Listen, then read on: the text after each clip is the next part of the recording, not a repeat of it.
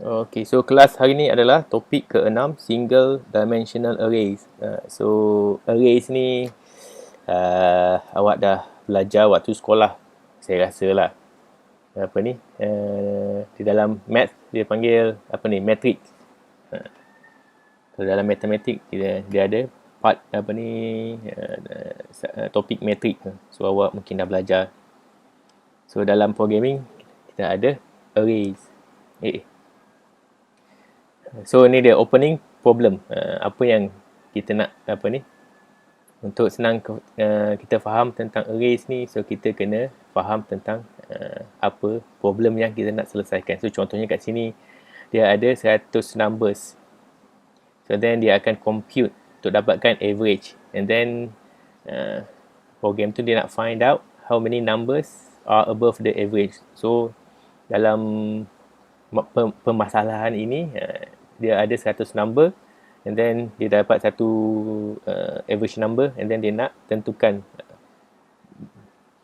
mana numbers yang atas daripada average dan mana yang bawah daripada average. Itulah persoalannya. So mostly kita guna arrays untuk tentukan dia. So macam biasa awak boleh baca objektif ni. Objektif untuk topik ni adalah nak terangkan tentang arrays. Mana pen saya? Saya keluarkan pen saya hari itu. Array dan juga nak terangkan tentang array dalam programming. So macam mana nak declare array, declare macam mana nak obtain array size using array reference variable dot length. Ini nak cari dia punya size, array size. So array ni dia ada size dia. So ini kita guna apa ni? Benda ni lah untuk kita tentukan size array tersebut. Bukan tentukan, nak cari nak display size array tersebut, nak dapatkan size array tersebut. Betul, macam mana nak access array dan sebagainya, declare array dan sebagainya. Banyak lagi lah. So awak baca. Okay. So bab pertama dalam topik 6 ni. So kita nak introduce array. So array ni adalah satu data structure that represent a collection of the same types of data. Maksud dia satu structure, nak senang faham, satu matrix lah. Kalau awak belajar matematik, dalam matrix satu array yang satu data structure yang dia ada size dia, yang semua value ataupun elemen dalam data structure tersebut mempunyai data type yang sama. Contoh dia macam ni. So dia declare double, my list equal new double 10, ada kurungan. So macam ni lah nak apa ni, kita nak tulis array. Macam mana kita nak padam sekejap ni, boleh padam. Okey, macam mana kita nak declare array dalam kita punya programming, dalam kita punya source code. Pertama sekali kita kena ada, macam biasalah, kita kena ada dia punya pemboleh ubah. Kat sini pemboleh ubah dia dinamakan my list. Pemboleh ubah ni awak boleh tentukan je lah, tak kisah nama apa-apa. Ini nama dia pemboleh ubah. So macam mana pemboleh, selalunya kalau kita kebiasaannya kita tulis apa ni, pemboleh apa ni, kebiasaannya kita tulis kalau bukan array. Okey, so kalau bukan array, kita akan tulis contohnya macam ni, my list pemboleh ubah. Sebelum ni kita punya programming sebelum ni macam ni, kita akan letak double. Contohnya kalau kita nak declare supaya dia dapat ni value titik perpuluhan. So kita boleh kita dah declare dia punya data type, dia punya variable, data type variable, kita boleh masukkan value. Contohnya 11.321. Sebab double kan, double perpuluhan. So kita boleh masukkan value macam ni. Ini macam yang kita belajar yang lepas-lepas lah. So untuk apa ni,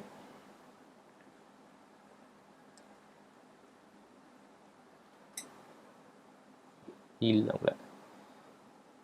So untuk array kita nak apa ni, kita nak declare dia, kita sama my list kita punya variable pemboleh ubah, and then kita namakan dia, kita tentukan dia punya data type. Kat sini dia tentukan sebagai double. And then kita kena letak square ni, square bracket ni, sebagai nak tentukan dia adalah satu array. So double square bracket mylist, and then new double 10. Ini bermaksud kita tentukan size dia. Maknanya dia ada 10 tempat kosong untuk diisi. Macam ni lah. Nanti bila kita dah buat macam ni, kita dah tentukan macam ni, double mylist new double, dia akan dalam kita punya programming ataupun dalam kita punya memory, dia akan allocate satu tempat dalam memory tu, address ataupun location untuk array tersebut. So location tu kita tak tahu. Location tu akan randomly diletakkan di dalam memory kita punya PC ke dan sebagainya. So location tu akan macam ni lah. Mylist ni dia akan ada 10 tempat kosong. Dia akan start dengan kosong. And then 1, 2, 3, 4, 5, 6, 7, 8, 9, 9. So in total dia akan jadi 10 lah. Sebab dia start dengan kosong, habis dengan 9. Ini 1, 2, 3, 4, 5, 6, 7, 8, 9, 10.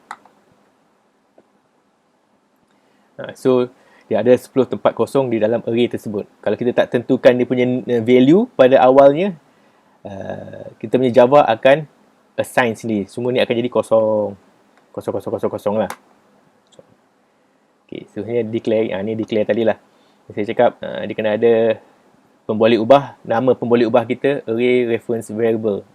Variable atau pemboleh ubah punya data type dan disertakan dengan square bracket.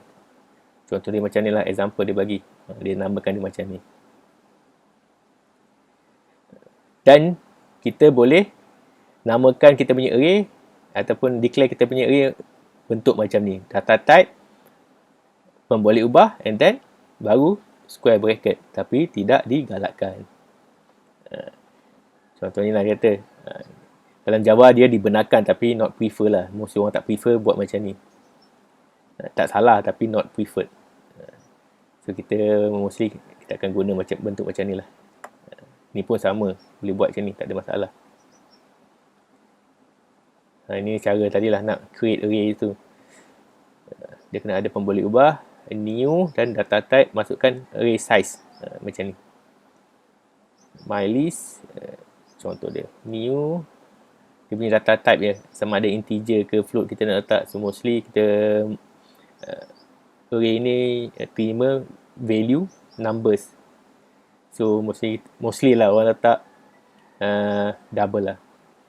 So size dia 10 tempat kosong. Yang mana 10 value ataupun 10 elemen yang boleh dimasukkan ke dalam array tersebut. Kalau kita tak 5, mana 5 lah boleh masuk dalam array tersebut. Kalau 1 lah, 1 kita tak buat lah. 1 kita pakai integer. At least 2 lah. Kita boleh pakai integer, kita boleh pakai character dan sebagainya. Boolean pun boleh, tak ada masalah. So bila kita tulis mylist, tadi ni kita tentukan create array kita. Bila kita tulis mylist, ada value dalam dia. Dalam kita punya kotak tu ada value, maknanya kita reference the first element in the array. Maknanya kita refer dalam array tu dia punya first element. Elemen yang pertama, kalau dalam array tu ada value, contohnya macam ni, ada value 5.6, maknanya dia akan display 5.6 lah. Yang kedua, mylist 9. Maknanya dia refer kepada alamat yang ke-9 dalam mylist tu dalam memory. So dia ada value 11123. So dia akan display 1123. Senang je. So yang ni declare and creating in one step. Tadi kita buat satu-satu. Ini in one go, one step terus kita buat. So contoh je, dia kena ada data type, bracket, variable, new, data type dan size. Ni kita tentukan dah. Macam ni kita buat satu-satu. Kemudian mylist, masukkan size. And then mungkin ada data type dulu atas. Ni kita buat ni sekali ya, double mylist new, masukkan sekali. Double mylist new double array size.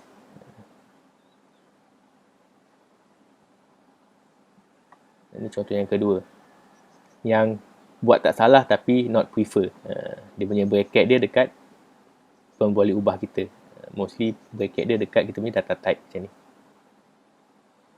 The length of an array. So ini adalah nak obtain ataupun kita nak tahu berapa panjang array kita tu. So once an array is created, its size is fixed. It cannot be changed. You can find its size using array reference variable dot length. For example macam ni lah. Ini pemboleh ubah kita. So kita nak tahu pemboleh ubah kita berapa size dia. Manalah tahu kita terlupa kan. Dah tulis banyak program. Nak tahu berapa size dia, kita just letak dot length je. Nanti dia akan return lah 10. Maknanya ada 10 tempat kosong dalam array kita. Kalau dia return 5, ada 5 lah. So once you dah create array ni, dia size dia fix dia kalau awal tu kita dah tentukan dia 10, jadi kita tak boleh tiba-tiba dalam programming kita tengah-tengah tu kita nak ubah size dia ataupun kita nak tambah kita dah masukkan value dalam array kita dah 10 tak muat, kita tiba-tiba nak tambah sendiri jadikan 11 ke 15 tak boleh so kita kena tentukan awal-awal.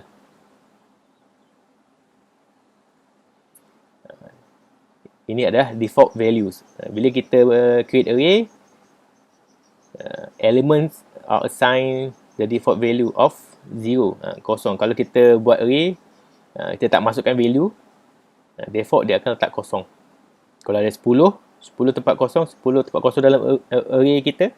So, setiap tempat kosong tu akan ada value kosong lah, kosong. Kalau kita pakai karakter, dia akan letak value ni, /u 0004. Kalau kita pakai boolean dalam array kita, default value dia adalah false. Index variables. So the array elements are accessed through the index. The array indices are zero based. Example, it start from 0 to array.length -1. Ini bermaksud kita nak access array tu kita pakai index, pakai nombor. Maksudnya kita nak access certain address dalam array tu ataupun certain location di dalam array tersebut. Contohnya tadi kan kita ada 10 location ataupun 10 address ataupun 10 tempat di dalam satu array kita dalam mylist tadi. So kita nak access certain ataupun specific array. So kita kena masukkan nombor tadi macam tadilah mylist 0, mylist 9. Contoh dia bagi mylist 1. So dia akan access the specific address in that array lah. So dia bagi tahu sini array ni adalah zero base.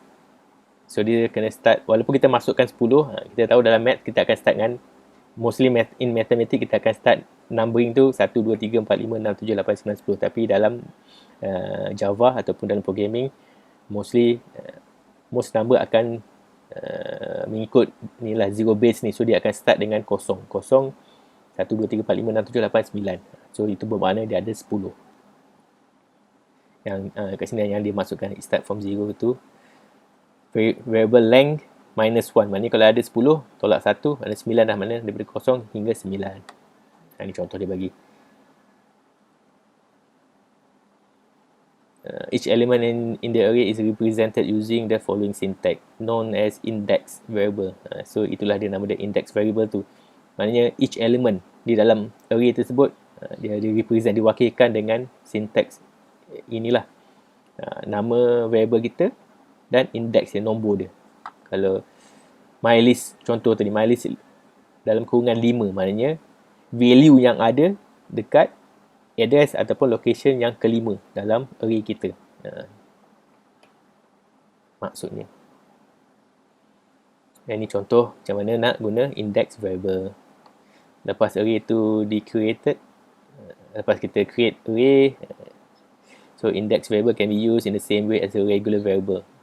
For example, the following code adds the value in mylist 0 and mylist 1 to mylist number 2. So ni dia beritahu dia nak dia dah ada 10, tadi dia dah create 10 satu array yang ada 10 index ataupun 10 location ataupun 10 address. So dia nak tambah value di location 0 dan juga location yang kedua.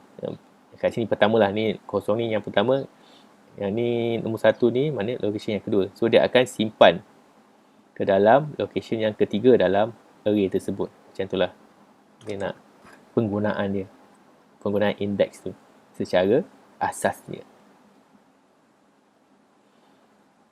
Array initializers. Ini macam mana kita nak declare, create dan juga initialize array tu dalam one go, sekali arung. So kita declare dia punya macam biasa, boleh ubah dia punya data type, bracket, dan kita masukkan value terus. Macam tadi kalau kita declare new, masukkan dia punya size, and then kalau kita tak masukkan value, Java ataupun programming language akan bagi default value 000. Ni kita terus masukkan value bila kita dah tahu value yang kita nak lah dalam array tersebut. Macam matrik awak belajar matematik ada value single dimensional, maknanya dia satu dimension macam ni. Nanti kita akan ada multiple dimensional macam matrik, boleh ada 3 by 2, 3 by 3 punya matrik ataupun punya array.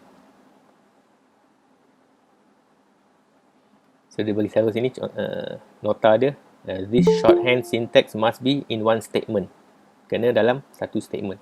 Kalau kita nak declare in one go macam ni, kita tak boleh buat declare asing-asing, bukan asing, dalam different statement lah. Then kita nak kena kosong, lepas tu kita nak masukkan balik bawah dia. Betul lah tu. Ni contohnya seterusnya declaring, creating, initially using the shorthand notation. Macam ni lah tadi dia dah tunjuk contoh je. So bila kita declare macam ni in one go, so secara asas dia sama juga kita declare macam ni, double mylist new double. Ni kita create array dengan size dia, and then baru kita masukkan value dia 1, 2 dalam setiap kita punya array tu, index array tu.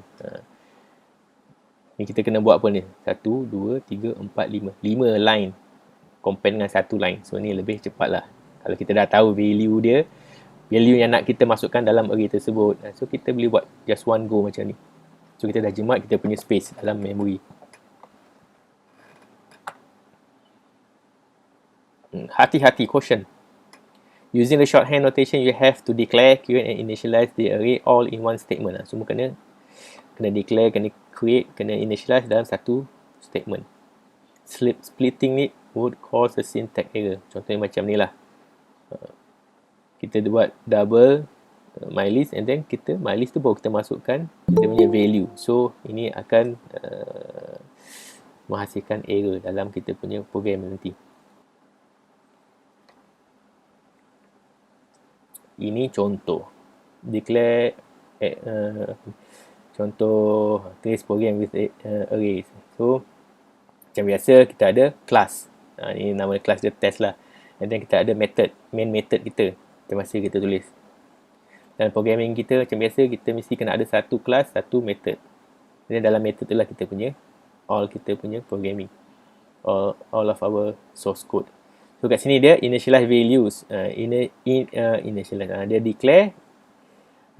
declare dan juga create array. Dia punya data type jenis kat sini integer. Sini menandakan dia ada bracket ni, menandakan dia array values ni adalah boleh ubah. So size dia dimasukkan sebagai 5.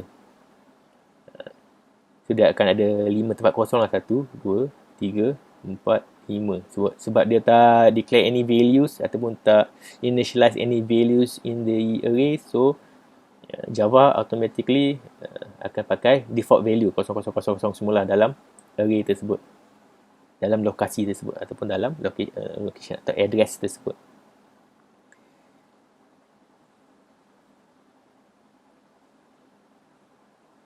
So kat sini next dia pakai for, then integer I equal 1, integer I less than 5, I plus plus. So value bila dia equalkan 1, maknanya dalam ni value 1 ni tadi sama dengan 1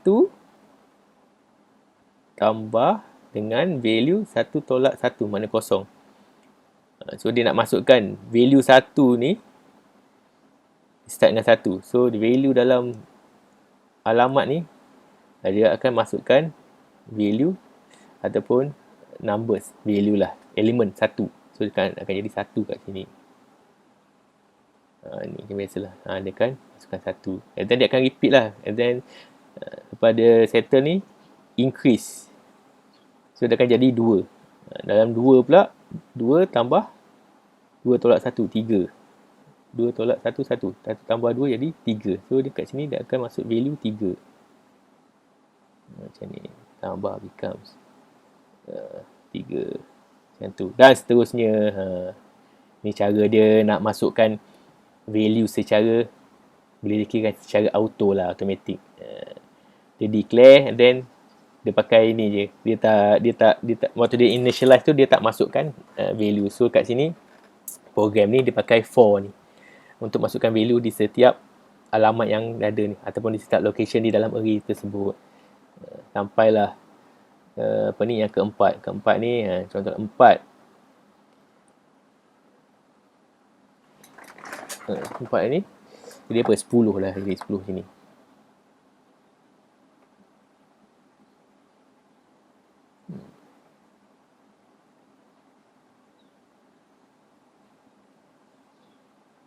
Tujuh, 8.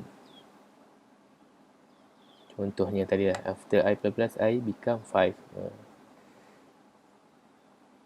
Dan dia dah jadi 5. So dia besar daripada 5. So dia akan terkeluar daripada dia punya for loop ni. So dia akan process the next line. So next line dia adalah value yang dekat kosong ni. Dia nak masukkan value dekat kosong sini lah. So value 1 tadi campur dengan value yang keempat. Value kat sini, value dalam alamat yang keempat dan 1 dicampur dan dimasukkan ke dalam alamat yang pertama yang tadi, value 0. So dapatlah 11 jawapan dia katanya. Sini pun 11. Contohnya macam tu lah nak guna array. Senang je. Processing array. So kita ada lebih kurang 8. Macam mana kita nak proses.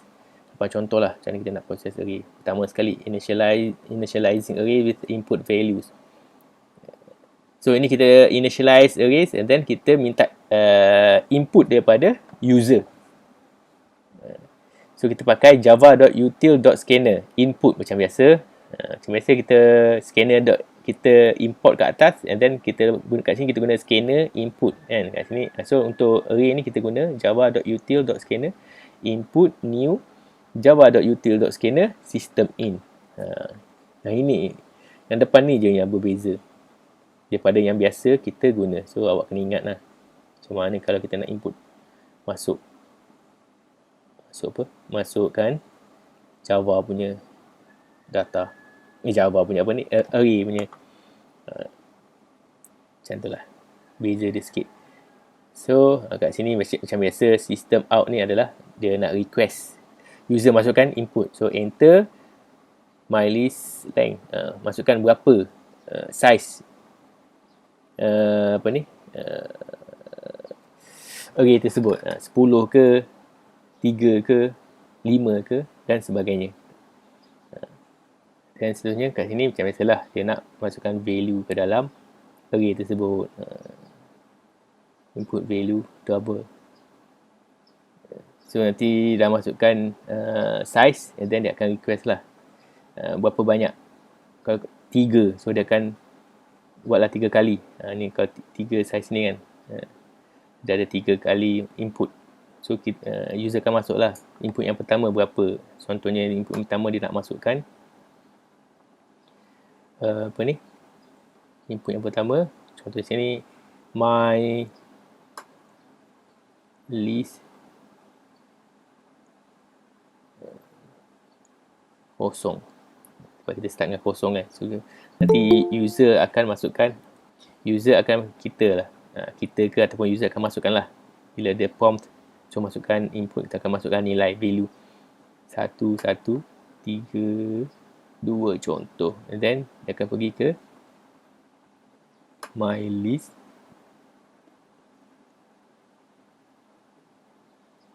yang kedua. Address yang kedua 1. Kita pun masukkan lah. User masukkan lah 3, 2, 1, 1 pula contoh.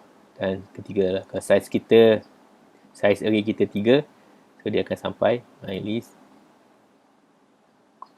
dia 2 sini.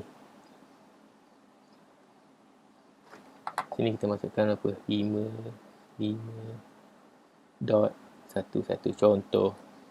Macam ni lah dia. Kalau dia masukkan yang pertama tadi, initializing array with input value. Kita request user untuk masukkan input value. Kita tentukan size apa ni? Size kita punya array, kita masukkan. Kalau 3 kali kena masukkan. Kalau 10 kali user kena masukkan. And then next, initializing arrays with random value. Ini kita nak masukkan value tu secara rawak ke dalam kita punya array. So kita pakai macam ni lah. Kita pakai programming source code macam ni, ataupun statement macam ni lah. Nanti kalau awak tengah buat programming, awak nak masukkan random value, awak buat macam ni. Pakai for juga. Lepas tu kita akan tentukan size kita punya array tersebut 10, 5, 3, tak kisah. And then mylist 1. So maknanya dekat mylist yang pertama kita adalah kosong.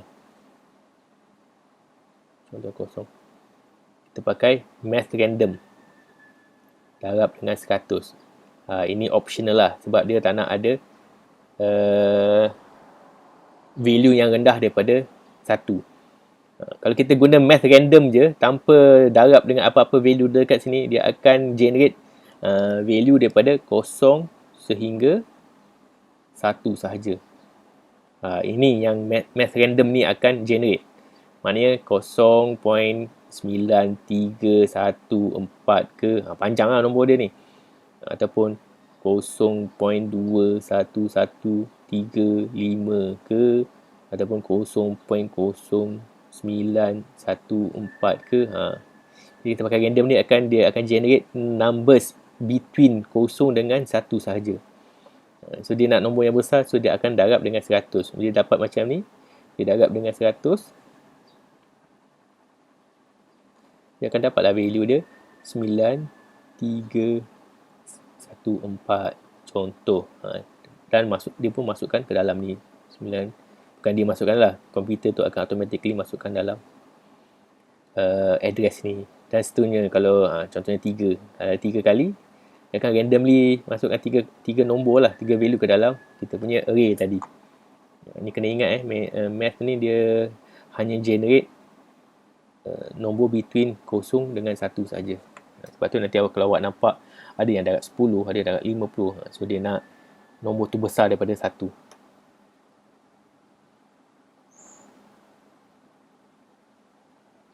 Next apa ni? Printing array. Ini macam mana kita nak display array kita. Kita ada value, kita pun nak display pada user. Macam ni lah. Kita guna for juga. Masih guna for. For ni banyak kegunaan ni. For statement ni.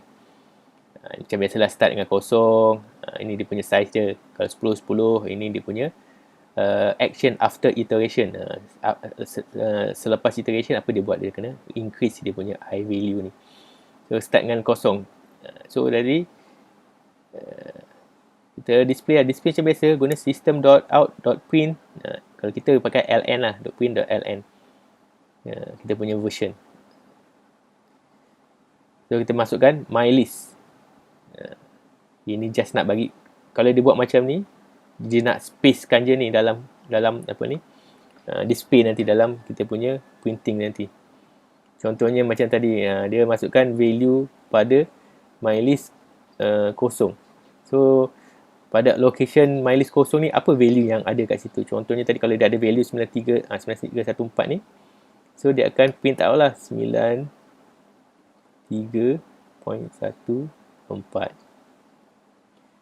Space ni apa ni?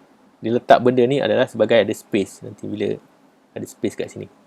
Kalau dia tak letak nanti next value dia akan duduk rapat-rapat.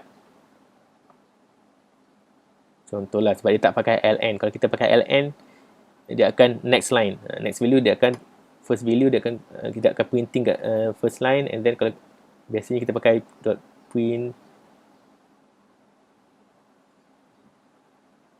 ln. .print ln ni maksudnya dia akan display to the next line. So dia kalau dah masuk yang value yang kedua, dia akan display bawah ni lah. Sebab dia tak pakai next line, dia nak space dia nak ada jarak, dia letak space kosong macam ni. So nanti bila dia display, dia akan duduk kat sebelah sini value yang seterusnya. 1, 1, 3, 2 contoh, and then ada space macam tu. Kalau kita punya, kita akan ada banyak line-line ke bawah lah. Mostly kita guna pin LN ni.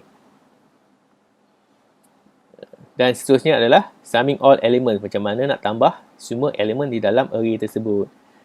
So first kali dia kena initialize satu pemboleh ubah. Tempat kat mana kita nak simpan value total tu nanti. So kat sini dinamakan double total kosong. Pemboleh ubah tu sebab kita kena faham bila kita tambah semua elemen, dia akan jadi satu. Daripada kita jadi satu array, satu matrix, bila tambah dia akan jadi satu elemen lah. Dia letak dalam bentuk array. Sebab tu dia tak letak array kat sini. Dia buat pemboleh ubah sebagai total double dengan value awalnya kosong je. So kat sini baru dia nak tambah. Macam mana dia nak tambah semua elemen di dalam array tersebut. So dia start dengan kosong. My length ni biasalah. Syarat dia sampai mana, panjang mana. Panjang array kita lah, kalau 10, 10, kalau 5, 5. So total tadi start dari kosong, dia akan tambah lah. M total tambah mylist 1, mylist 2, mylist dan seterusnya. Macam kita tahu ni yang telah direngkaskan. Panjang dia macam biasalah total. Secara total sama dengan total plus plus my list value tadi. Ini yang panjang dia. So total ni start dengan kosong lah, kita dah initialize kosong kan. So tambahlah value apa yang ada dekat my list yang pertama tadi apa? 9, 3, 1, 4. So total yang ni tadi adalah 93, 1, 4. Selagi dia tak habis panjang dia akan tambahlah yang kedua, ketiga. Yang kedua nanti dia akan jadilah sini. Total yang kedua kat sini ada value dah lah. 4 tambah my list yang kedua tadi apa? 1, 1. Contohlah 3, 2. Nanti penambahan dua value ni dia akan masukkan ke dalam total ni tadi balik. So total ni dia ada nilai yang baru. Sehinggalah panjang array tersebut. Kalau 10 kali lagi tambah. Sampai 10 tempat lah tambah. Cara dia. Next. Ini cara nak finding the largest element. Maknanya max value di dalam array tersebut. Macam biasa. Kita kena sediakan satu tempat di mana value tu nak duduk. So kat sini dia letak pemboleh ubah nama max dan juga dia punya data type double. So awalnya dia initialize value yang pertama. Dia masukkan value yang pertama di dalam array kita tu tadi ke dalam max ni. So dia pakai for macam biasa, dia punya susunan ni macam biasa, and then dia compare. Ni dia compare if my list 0 ataupun my list I larger than max. Kalau besar, max yang asal ni yang ada dalam value yang ada di dalam variable max yang asal ni, dia akan digantikan dengan value yang ada dalam array I ni. Contohnya dia start dengan 1 sebab value yang ada dalam kosong kita dah masukkan siap-siap dalam max. So dia nak comparekan value yang pertama, so kita start lah dengan value yang kedua. So dia compare. Kat sini my list 1 tadi. So dalam array kita value yang kedua dia compare dengan value yang pertama yang telah kita masukkan pada awalnya.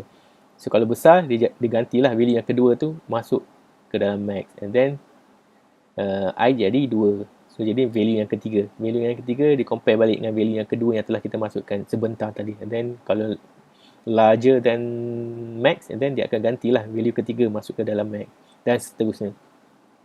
Sampailah dia jumpa ada maksimum.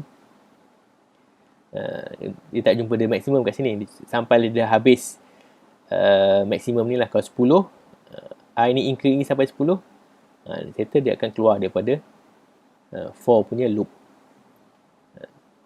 Kalau sampai certain location, contohnya M9 kat sini. M9 ni value dalam M9 tu, milestone 9 tu lebih kecil daripada max. So dia tak akan buat apa-apa lah. Dia akan repeat balik. Dia akan check balik. Jadi 9 jadi 10. Bila 10 dah besar daripada my length ni, dia akan keluar. Pup, dia akan keluar. Next line. Apa statement seterusnya dia kena buat. Macam tu lah. Macam tu juga dengan kalau nak find the minimum number ataupun minimum element. Tukar je sini min, compare. Kalau dia lebih kecil, masuk je macam tu. Tukar je value dia ke dalam max min tersebut. Senang je. Ni apa ni? Kita nak random shuffling. So ni contoh, kita dah ada value dalam kita punya array, tapi kita nak random value tu. Contoh, cara nak randomkan dia pakai for macam ni.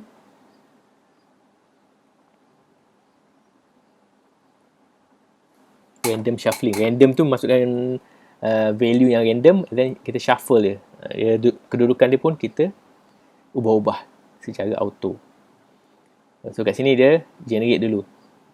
Generate an index J randomly. So dia pakai I, dia pakai J. So kat J ni adalah dia nak generate satu random number. Darab dengan dia punya size array. Contohnya kat size array kita 10 sini. Contohlah. So dia dah generate satu random number. Dan dia darab 10, dia masukkan dekat J. Sampailah J, lepas tu dia swap. Dia tukar-tukar kedudukan dia. Tadi dia duduk kat 1, dan dia tukar masuk ke tempat lain. 2, 3 dan seterusnya. Contoh je lah, dia dah masuk J, ada nanti kalau value random, bagi tak nak faham. Okay. Contohlah kita banyak 10 ni. So dalam J ni dia dah repeat 10 kali. So dia akan ada satu tempat dia nak letak temporary number. Okay, and then dekat mylist 1 ni tadi, mylist kosong tadi, dalam mylist kita punya array yang pertama dia start dengan kosong. Dia masukkan kat temporary, and then yang mylist yang pertama tadi dia masuk yang J ni tadi pula. J ni mungkin apa ni? Random number tadi. Integer J ni masukkan random number. So dia masukkan random number yang ada dalam J ni ke dalam satu. Dia swap, dia tukar. Then yang dalam J tadi dia dia temporary ni balik, dia masukkan dalam J balik. Dia tukar lah. Proses dia adalah bila kita ada nombor, contohnya kalau random susah sangat, kita tak nombor lah 1, 2, 3, 4. Kita pakai lead sikit yang 5. So swap ni proses dia adalah dia nak tukarkan. Okay, 5 ni nanti dia nak masuk ke 1, ke tempat yang pertama. Tukarlah. Dia swap ni pun swap pergi sini. And then ni pun pergi sini. Macam tu lah cara dia. Contoh dia. Bergantung kepada kita punya syarat-syarat yang kat sini lah. Next adalah shifting element. Ini nak shift. Dalam satu element tu kita nak shift ke kiri ataupun ke kanan. Contohnya sini dia nak shift element left. So dalam kita punya array, contohnya kita ada 1, 2, 3, 4. Size kita 5 je lah. Kan 10 panjang sangat. So dia duduk dalam ni lah kita punya array ni. Ada kotak array kita. Location array kita ada 5. 1, 2, 3, 4. So dia nak shift. 2 ni masuk pergi ke location pertama. 3 ni pergi ke location kedua. Dan seterusnya. Macam mana dia nak buat? So dia start dengan ni lah. Satu pun boleh ubah. Nama dia temporary. Macam biasa dia masukkan dulu pemboleh ubah tu dengan value kosong. So dia yang satu ni nanti kalau kita masukkan ni, kita tak letak mana-mana, dia akan hilang lah. Dia kena delete. Nanti value satu ni hilang. So sebelum dia hilang, kita kena letakkan satu pemboleh ubah value tersebut. So nama pemboleh ubah dia temporary. So mylist 01 masukkan dalam ni. Maknanya dia letak 1 dalam ni. So nilai 1 ni dah duduk dalam ni sementara. Then dia start dengan integer I equal 1. Maknanya dia nak start dengan elemen yang ke lokasi yang kedua. My length. So I tadi apa? My list. I tolak 1. Oh bukan, sorry. Dia start dengan 1. 1 masuk ke, dia start dengan 1, sini pun 1, sini pun 1. Maknanya elemen di dalam array ataupun lokasi yang kedua, dia akan masukkan ke dalam lokasi yang pertama. Sini 1 tolak 1 kosong. Maknanya my list kosong. Sini my list kosong. My list kosong, my list 1, my list 2, my list 3, 4. Kita punya ada 5 je contohnya lah. Ni maksud dia my list, kita start dengan I1 ni, my list 1 kat sini, value yang ada dalam ni, dia nak masukkan ke dalam array yang pertama. 1 tolak 1 kosong tu kat sini. So dia akan repeat lah seterusnya sampailah panjang length kali 5. My list 4 masuk ke 3. Dia dah masukkan tadi. So yang value yang ada dalam yang pertama ni tadi, yang duduk dalam temporary ni tadi, dia masukkanlah balik dalam ujung sekali. Tempat yang ke-5 ni. Tempat yang ke-6, 1, 2, 3, 4. Tempat yang ke-5 ni. Cara dia macam ni lah, dia punya program dia. Length tadi. Kalau kita ada mylist.length tadi 5, 5 tolak 1, 4. Maknanya mylist yang keempat, tempat yang keempat ni, dia masukkan value yang ada dalam temporary ni. 1 ni tadi, masuk balik ke yang akhir. Macam itulah dia shift. Dia anjakkan ke kiri. Value tu ke kiri. Yang paling kiri tu dia akan pergi ke paling kanan lah. Ni cara dia dalam kita nak buat programming dia. Next adalah enhanced for loop. Dia ada satu for loop yang lebih enhancement. Kita ada banyak, sebelum kita belajar for loop, dan untuk array ni kita ada satu for each loop. Dia punya apa ni, nama dia. So kat sini JDK introduce a new for loop that enables you to traverse the complete array sequentially without using an index number. Ni dia nak apa ni,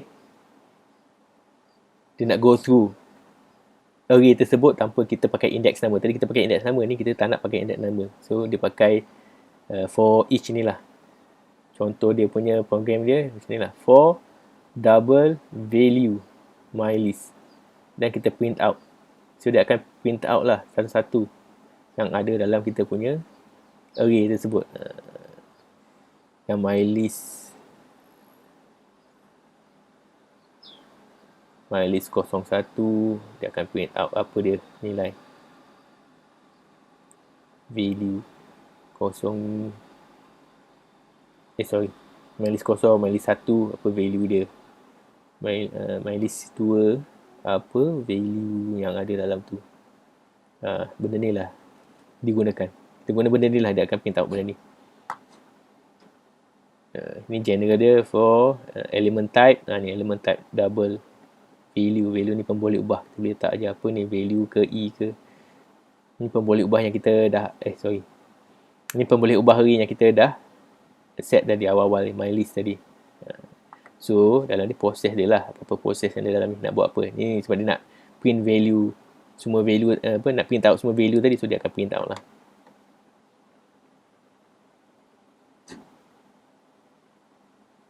Contoh, ni awak boleh klik lah ni.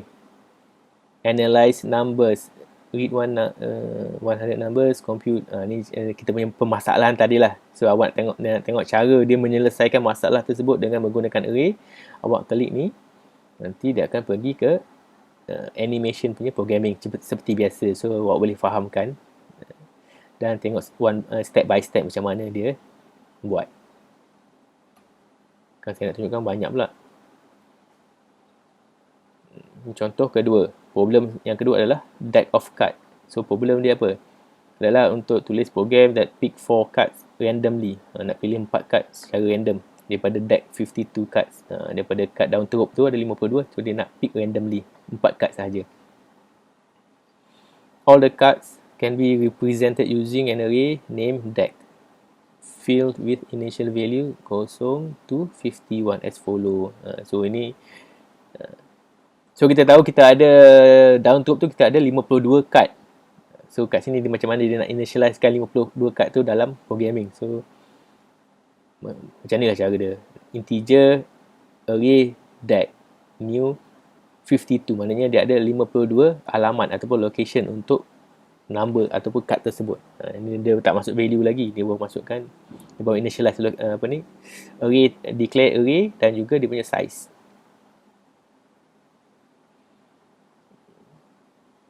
Kat sini for ni lah baru dia masukkan value ke setiap kita punya alamat tadi. Contohnya macam ni, kita ada kotak array tu daripada 0 sampailah 51. Sebab dia start dengan 0 kan.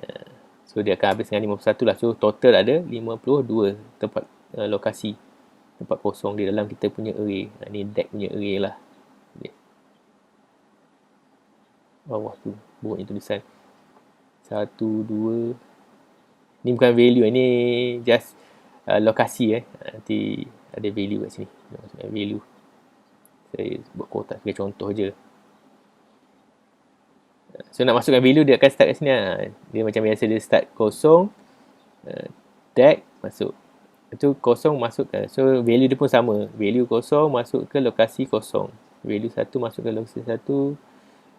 Value 2 masuk ke lokasi kedua dan seterusnya sampailah value dia 51. Masuk ke lokasi yang ke 51. Ini cara dia nak masukkan kad lah. Yang lain tu, ada contoh lain tak? Okay, macam ni. Nak lebih faham, awak boleh klik ni. Nanti dia akan pergi kepada animation punya programming tu lah. Awak boleh tengok. So nanti dia dah masukkan value. Dalam deck kita dia ada value yang dia dah masukkan lah tadi. Daripada 1. Sorry. Bukan kat sini. Sekejap pula. Kat sini lah. Dia akan awalnya macam ni. Awalannya. Dia akan ikut turutan 0, 1. Lepas dia dah masukkan value. Dah initialize value. And then dia akan pakai random shuffle tadi lah yang kita dah belajar tadi. So dia akan shuffle. Value yang ada dalam ni shuffle duduk. Value yang ke-6 Value 6 yang duduk dalam kotak kelima ataupun array yang kelima, lokasi kelima, dia pindah ke lokasi pertama. Contohnya macam ni. Ni lokasi 48 ni mungkin duduk ke lokasi yang ke 48 tadilah. In between sini. So dia dah random dan reshuffle, pindah ke sini. So kat sini dia nak tentukan card number 6 is the 7 of spade. So sini dia tentukan tadi. Sebab dalam komputer dia tak tahu mana satu spade, mana satu club, mana satu diamond. So kita sebagai programmer dah tentukan. So awal-awalnya kat sini tadi 0 sampai 12 ni kita tentukan dia sebagai spade. Maknanya dia start daripada 1, 2, 3, nombor 4 sampai ke yang ke 13. So kita ada 13 spade. Start daripada 1 sampai 13. So dalam kita punya down troop 1 sampai 10 je, 1 sampai 10. So dalam ni 11 itu adalah jack.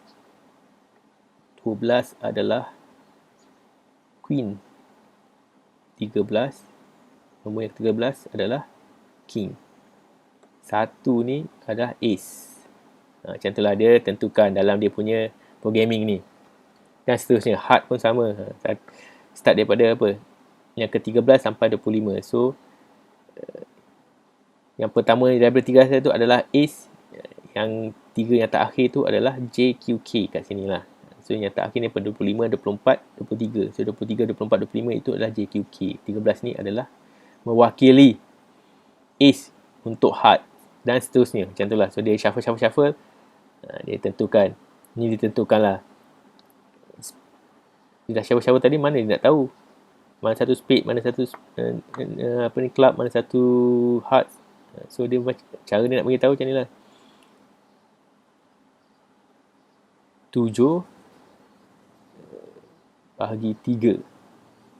Ni dah bagi tentukan apa ni, 4 bahagian. 0, 1. Dia pecahkan 52 numbers ni kepada 4 bahagian. So bahagian pertama adalah spade, bahagian kedua adalah heart, bahagian diamond, bahagian keempat adalah clubs. So nak awak nak lebih faham tadi, awak tengoklah ni. Saya bilang secara ringkasnya. So macam mana dia nak tentukan. So 7 bagi 13. Kalau dia dapat dia punya apa ni, apa nama dia, division dia ni, divider division. Dia punya balance hasil bahagi ni kosong, maknanya dia duduk dalam spade lah. So dia tahu kad nombor 6 ini adalah spade. Macam itulah cara dia. Kad nombor 48 ni duduk mana? Duduk kat sini. Betul tak? So dia 48 bagi dengan 13 kad nombor 9. So 9 tu adalah kad yang ke-9 dalam kategori ni.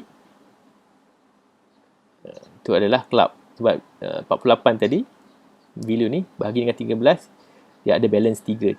So maknanya dia duduk dalam group yang ke-3 ni lah. So kat sini ditentukan. Dia boleh tentukan ni club, ni spade, ni heart dan sebagainya. Ni mungkin complicated sikit, tapi kalau awak tengok animation tu, awak tengok step by step, nanti awak faham lah percaturan dia macam mana.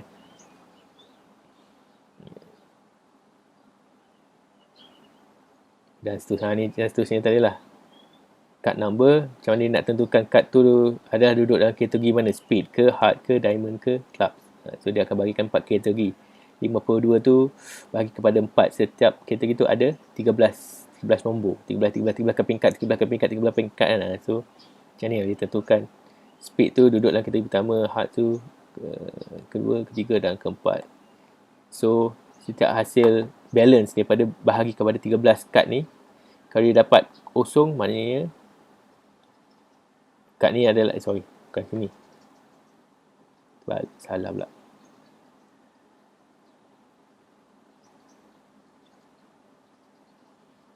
Bagi 13 kad.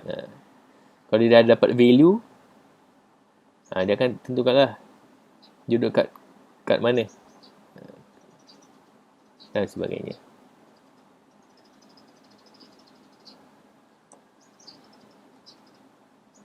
Tu ke? Tu. Dan ni apa ni? Problem build to foundation. This problem builds a foundation for future more interesting and realistic application. Ini yang contoh lah aplikasi penggunaan deck of card ni tadi. Diguna ni, ini adalah untuk kira 24 points card game. Ni awak boleh klik kat sini lah, macam mana game dia. Game dia adalah macam mana kita nak tambah keempat kad ni supaya kita dapat nilai 24 point. Kat sini ni nilai dia apa ni? J nilai dia 11. J pun nilai dia 11. 10, 3. So macam mana kita nak tambah hasil ni? Bukan tambah je lah. Macam mana kita nak macam mana program ni nak buat? Game ni adalah macam mana kita nak buat hasil tambah, tolak ataupun kali darab ni supaya dia dapat point dia adalah 24. Nanti awak boleh tengoklah dalam game ni.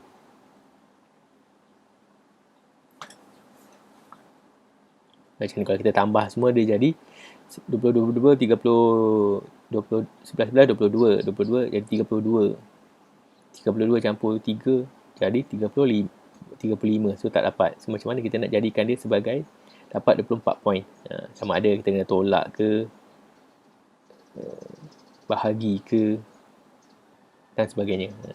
Itulah game dia. Okay, next. Macam mana kita nak copy arrays? Often in program, you need to duplicate an array or a part of an array. In such cases, you could attempt to use the Simon statement as follow. Ini cara kalau kita buat macam biasalah, kita guna assign statement. Equal ni, list 2 equal list 1 bermaksud kita ada dua array yang mempunyai value di dalam array tersebut, ataupun certain element lah, bergantung kepada dia punya size. So bila kita buat macam ni, list 2 equal list 1 bermaksud list 2 ni akan refer kepada list 1 punya content. Dia tak bila kita buat macam ni, dia tak copy value. Ni masuk sini, dia hanya reference. Array ni mostly dia sebagai reference lah, sebab tu dia ada address dia somewhere in the memory. Kita refer kepada address tersebut. So dia akan berkongsi satu value yang sama di dalam lokasi yang ada di dalam memory tersebut. Ini cara dia. Dia ada pro, ada con. Keburukan dia, bila kita tukar value dalam list 2 ni, contohnya lah, kita ada dua array. Satu ni kita nak default kita nak biarkan dia sebagai original. Yang kedua ni, kita dah refer kepada list 1 punya location punya array tadi. So kita nak ubah value kat sini. Bila kita ubah sini, dia akan ubah value dalam content ni. Secara automatik, list 1 punya value pun akan berubah lah, sebab content ni yang berubah.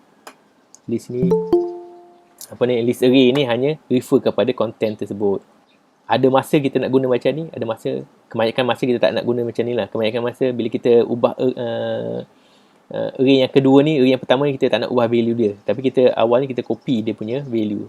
So apa yang kita nak adalah kita nak copy value yang ada dalam content ni, list 1 ni masuk ke dalam content list 2.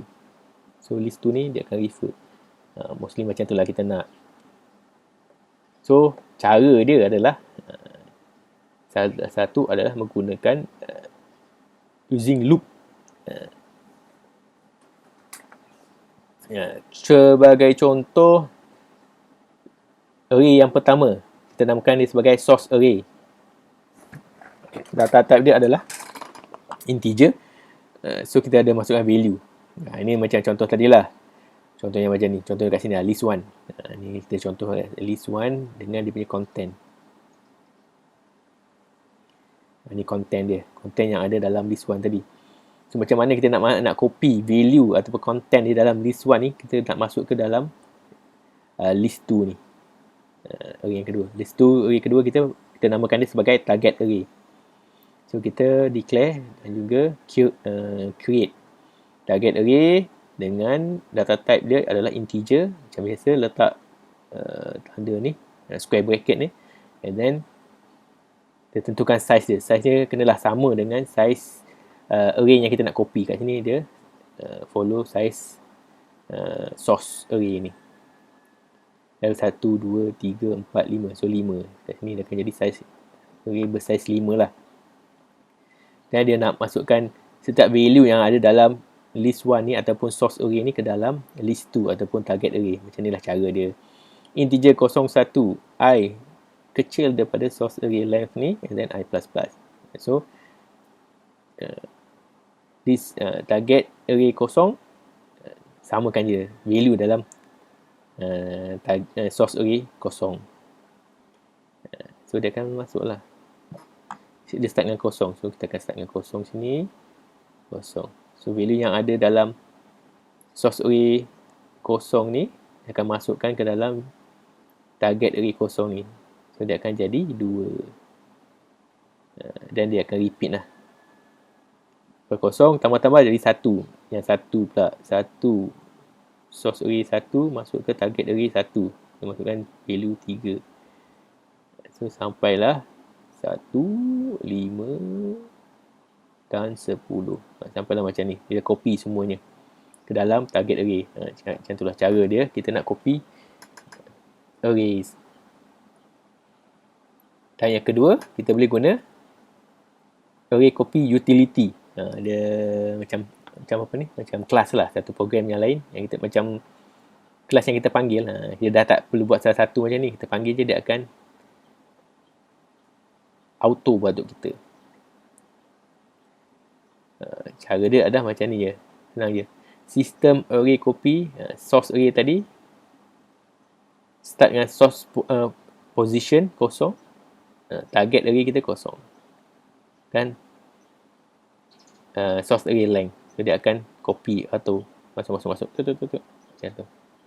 Start dengan kosong sampai habis dia punya length lah. Kalau 5, dia akanlah 0, 1, 2, 3, 4. Dia value sini, dia masuk sini. Value source array dia masuk sini. Dia copy macam tu. Dalam satu line je. Ni kita buat banyak-banyak line. So, kita pakai array copy utility ni, dia akan buatkan kita secara auto. Ini function lah. Ni kegunaan dia, function ataupun method ataupun kelas yang lain daripada kelas kita. Maknanya Java dah type, dah buat siap-siap untuk kita, kita just panggil je. Kita dah tak payah tulis panjang je ni. Dia dah terus tolongkan kita.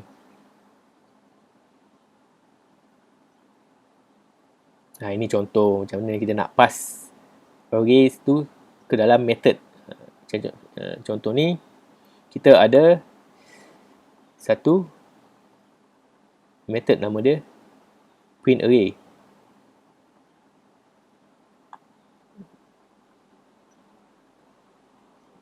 Betul ke contoh dia ni? Integer print array list. Invoke the method.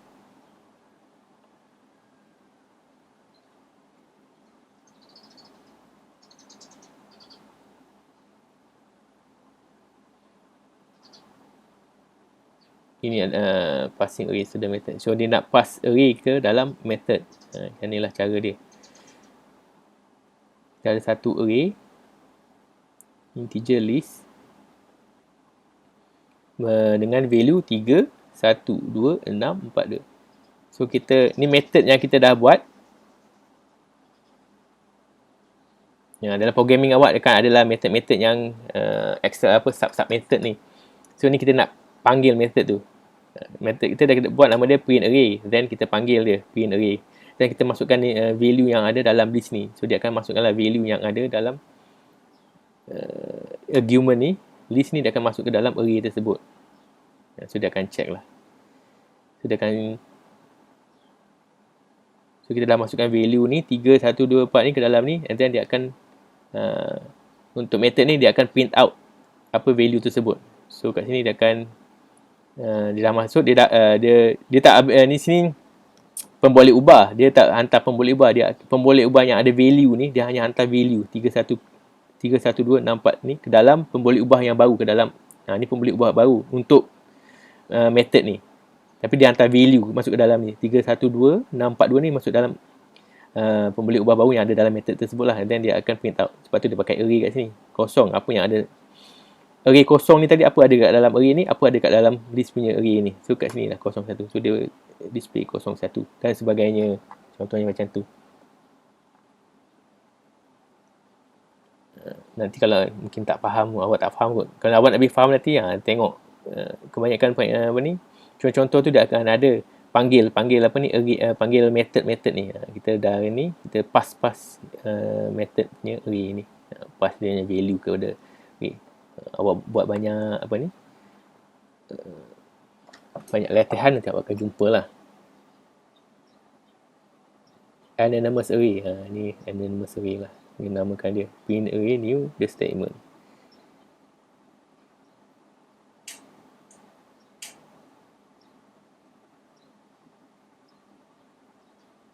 Sebab dia tak ada reference, so dia dipanggil sebagai anonymous array. Ni cara dia nak create an array using the following syntax. Dia ada new data type, masukkan dia punya array. In Java, use pass by value to pass argument to a method. There are important differences between passing a value of variable of primitive data type and passing arrays. So kalau kita macam biasa, kalau kita pakai primitive data type, kalau kita pass argument to a method tu, dia akan pass value. Kalau dalam array, dia akan pass dia punya reference. Dia tak pass value tersebut, dia pass reference. So kat sini contoh dia kata, for a parameter of a primitive type value, the actual value is passed. Value yang sebenar yang ada dalam primitive data type, primitive type value tadi, dia pass ke dalam method. Ni yang kita selalu guna sebelum-sebelum ni lah. So untuk array ni, kalau kita pass, dia tak pass value, dia pass dia punya reference, kat mana value tu duduk. Changing the value of the local parameter inside the method doesn't affect the value of the variable outside the method.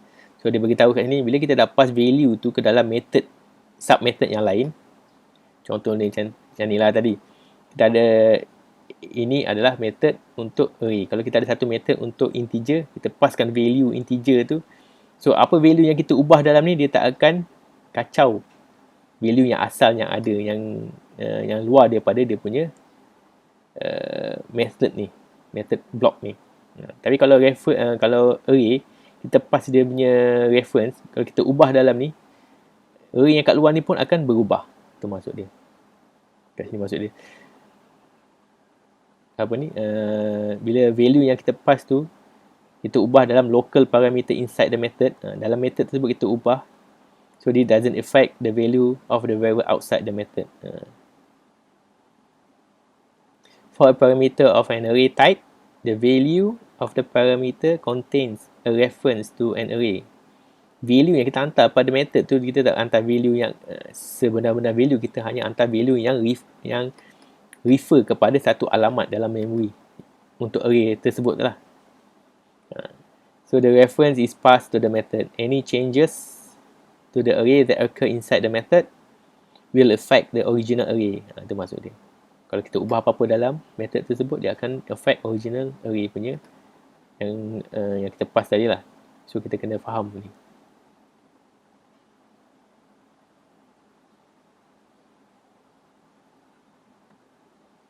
Simple example lah dia tunjuk.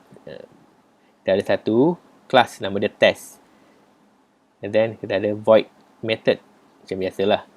So first kali dia initialize integer x equal 1. And then dia initialize array y dengan ada 10 tempat, 10 lokasi, 10 address ataupun size dia 10. So macam ni lah dia panggil array. Panggil array pula. Dia panggil method. Sebelum ni awak hanya buat ada satu method ni, method yang pertama, main method. Selalunya kita banyak guna main method, satu method je. Selepas ni bila awak banyak tulis programming, awak akan ada banyak method lagi. Selain pada main method, dia ada sub method. Ni kita kira sub method lah ni. Method yang kedua. Dia bukan main. Bukan kat sini kita jalankan kita punya main punya programming. Kat sini kita, tapi dalam satu punya kelas kita boleh ada banyak method. Ni adalah sub method.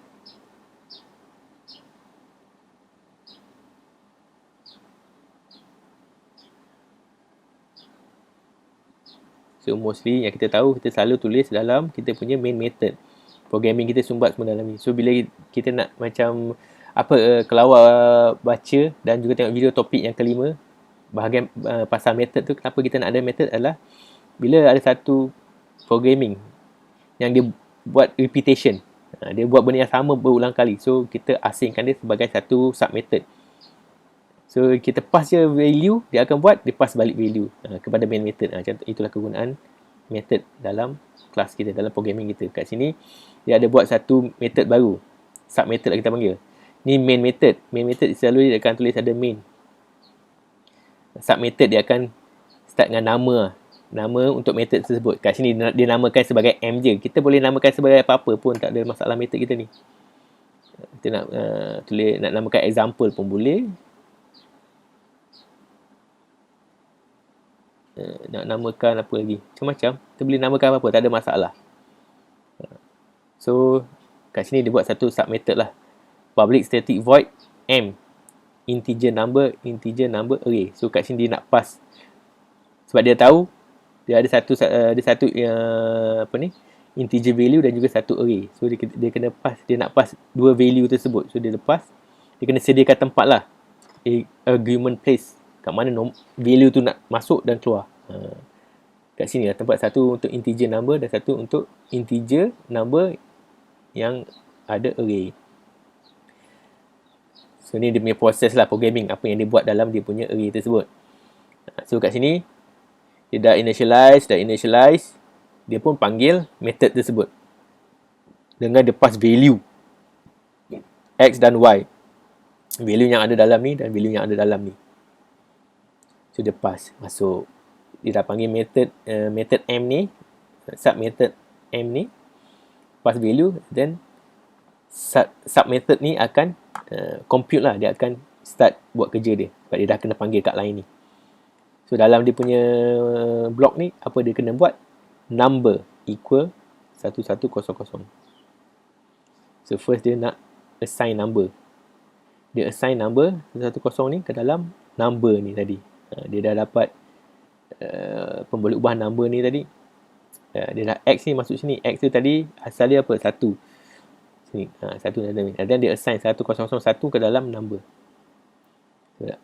Number tadi ada 1, dia sekarang dah jadi, tulis sini lah. Number tadi asalnya dia pass value 1 daripada luar tadi. And then next, bila dia dah assign, dia dah masuk sub method ni, dia dah assign 1001, dia dapat value yang barulah, 101. Kat sini pula dia assign Y ni. Tengoklah Y ni kita nak masukkan apa. So dia masukkan sini satu array. Tapi dalam array ni, dekat lokasi number kosong ni, dia masukkan 5555. So tadi array tadi kosong semuanya. Kita dah set, macam awak saya beritahu tadi, saya explain, bila kita initialize, set dan declare array ni dengan size ni, kita tak masukkan value, Java akan masukkan value default 000. So semuanya 10 lokasi ni kosong lah dalam dia. Dan tapi kalau number 0 ni, number 0 ataupun location yang pertama, dia masukkan nilai value 555. So numbers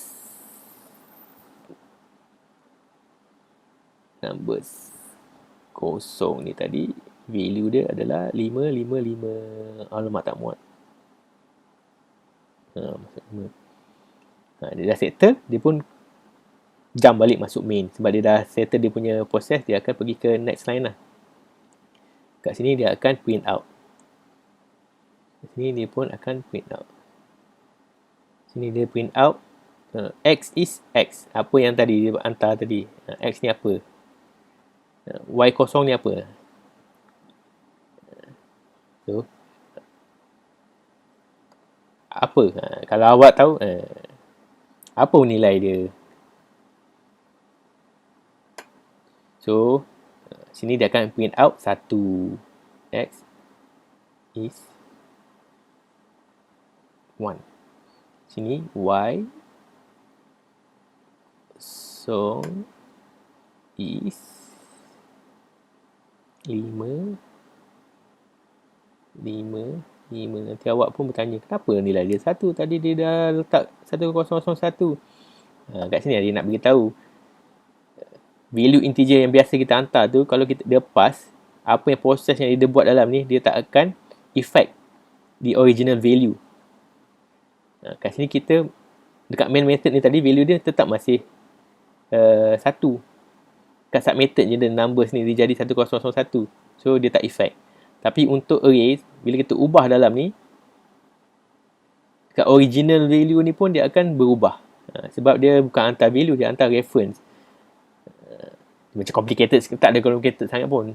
Dia macam hantar reference. Sini ada mana ni? Ni main tadi. Main tadi dia ada array. Dia ada satu array lah. Nama dia Y. So dia refer kepada satu lokasi nombor. Ada 10 nombor petaan. Ada 10 lokasi, 10 alamat yang ada nombor dalam ni, 00 awal ni 00000000 sampai 10. Lepas tu dekat sub method ni tadi, sub method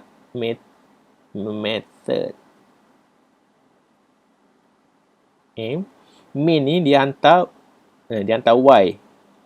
Dia hanya hantar apa yang dia hantar hanyalah reference. So kat sini pula tadi ada satu numbers. Dia refer, dia hantar reference. Dia tak hantar value, dia hantar reference. So dia refer kepada alamat yang sama. So apa yang kita ubah kat sini, kat alamat ni, dekat main ni pun akan berubah. Itulah maksud yang ni tadi, ayat ni tadi. Ini secara teknikal lah penerangan dia macam mana. bila kita invoke aim, the value of x and y are passed to the number and numbers. Ini ada number dan numbers ni ada satu pemboleh ubah yang baru dalam sub method m kita tadi. Dalam main method kita pakai y pemboleh ubah x dan pemboleh ubah y. Dalam sub method kita m tadi kita pakai pemboleh ubah baru lah, number dan juga numbers. Tapi dia hantar value yang sama. X ni hantar balik kat sini, value yang ada dalam x ni hantar ke number, dan reference value dalam y ni dihantar kepada numbers. So since y contain the reference value to the array, numbers now contain the same reference value to the same array. Ini maksud dia. Ini array kita yang ada, yang disimpan di dalam satu bahagian memori dalam komputer kita kalau kita pakai array. So kita ni main method, ini sub method, sub method m tadi. So bila dia hantar value 1, dia akan terus copy masuk je value 1 ke dalam number ni, 1 1. Tapi untuk array dia akan hantar reference value. Y method ni dia refer kepada array ni, dan dia hantar reference value tu kepada numbers juga, numbers yang ada dalam main sub method. So dia refer kepada value yang sama, array yang sama kat dalam ni. Tu cara dia. Dan seterusnya. Ni dia nak swap dalam method lah. Ada swap array ni. So maknanya bila kita apa-apa perubahan berlaku dalam sub method, dia tak akan kacau original. Tapi untuk array, kalau kita ubah apa-apa kat sini, kita nampak macam kita ubah dalam sub method, tapi sebenarnya kita ubah dekat kita punya array punya kat sini, array punya lokasi. So sebab dia share satu array yang sama, so kat main method ni pun akan nampaklah perubahan value dalam array tersebut.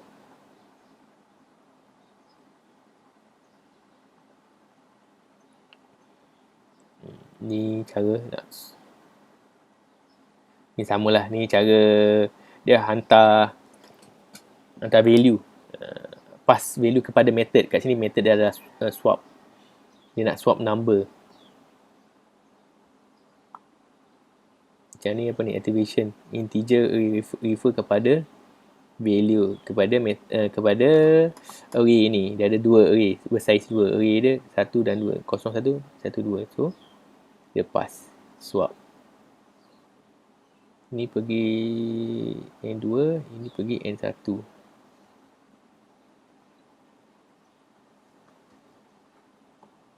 Ni apa ni, activation record for the swap first to array. Ini nak swap first to in array method. Ni nak swap juga. So ada cara swap.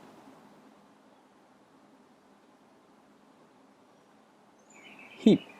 The JVM stores the array in the area of memory called heap. So yang saya cerita tadi, dia simpan array ni, simpan dalam satu memory tu. So memory yang dia panggil tu adalah heap lah. Kat mana dia simpan array tersebut. Ni bagi tahu. The JVM, Java Virtual Machine, stores the array in an area of memory. So the Java ni, bila kita create array, dia akan simpan kita punya array tu atau value tu ataupun lokasi tu dalam memory. So dia panggil heap.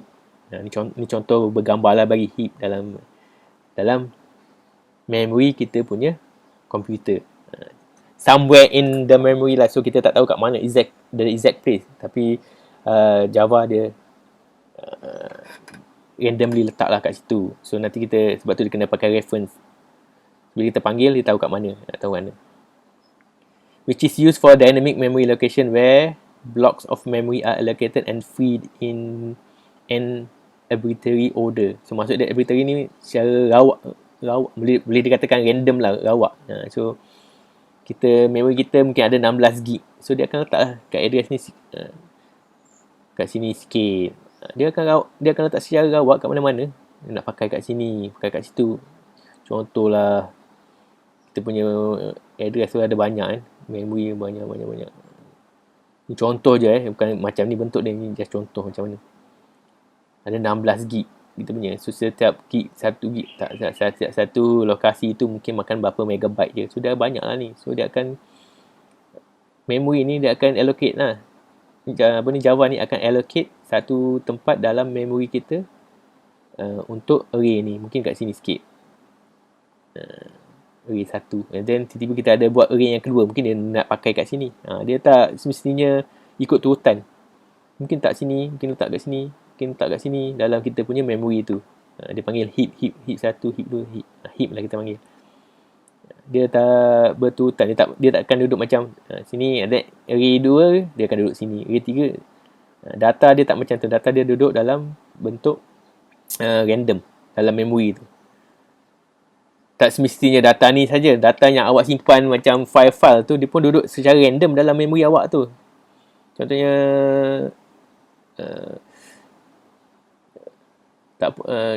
dalam memory bila awak nak buat kerja, contohnya dalam awak punya hard disk, dia duduk secara awak. Hard disk awak ada 1 tera, 1 gig lah, 1 tera lah. So dia akan awak punya data tu, file ke, dokumen ke, folder ke, dia akan diletakkan secara rawak di dalam hard disk awak. Sikit kat sini, 1 gig kat sini kalau awak pakai 1 gig. 350 megabyte kat sini. Dalam awak punya ni, dalam SSD lah, dalam hard disk. Sama je, hard disk pun bentuk memory juga. SSD tu dalam sebenarnya memory juga. Sama je macam memory RAM awak. Tapi memory RAM ni adalah temporary. Waktu kita nak guna je kita tak situ. SSD ni permanent. Kita tak situ. Dan kita bila delete dia hilang lah. Letak sini. Sebab tu lah, sampai satu masa kalau awak pakai PC ke, pakai sama je MacBook ke, PC ke, Windows ke, dia ada awak rasa macam berat, lepas tu dia akan suruh awak defragment.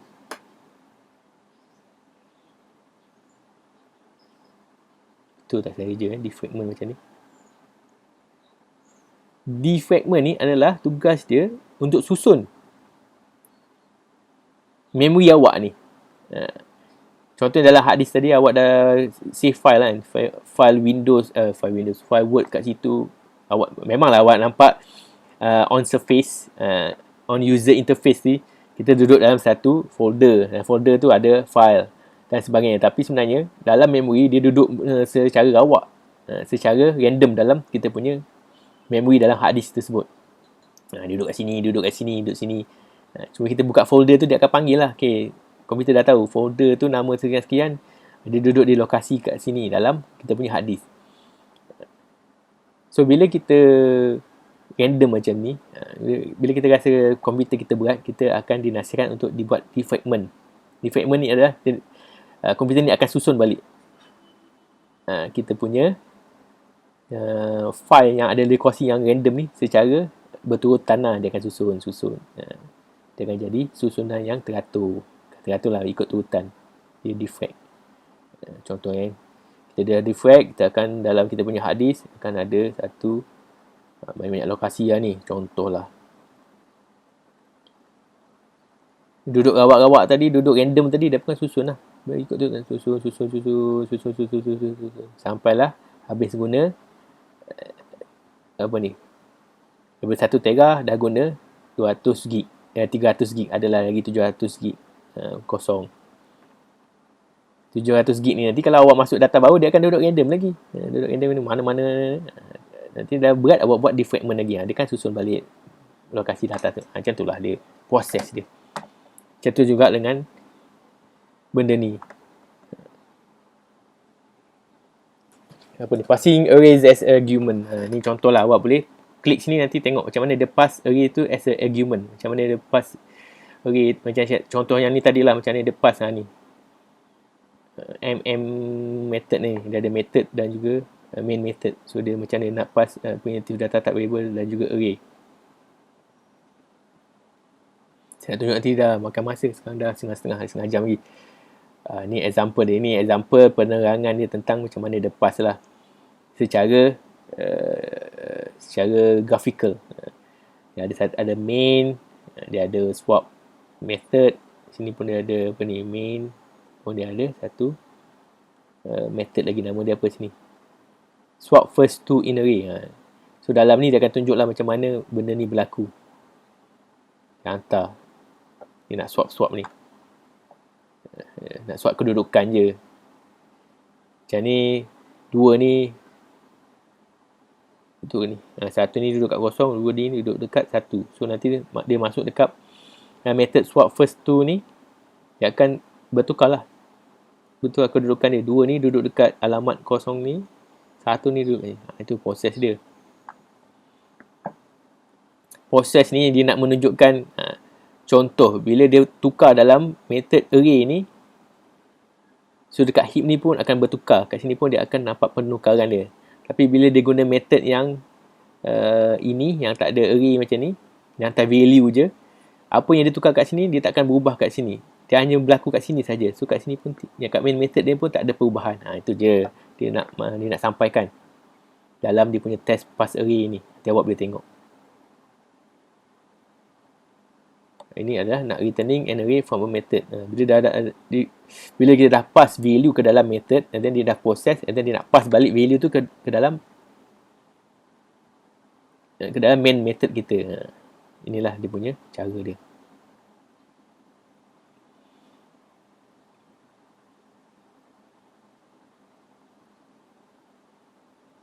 Public static ni macam biasalah. Integer ni dia nak declare array reverse. Ni argument dia, apa value yang dia nak pass kat sini.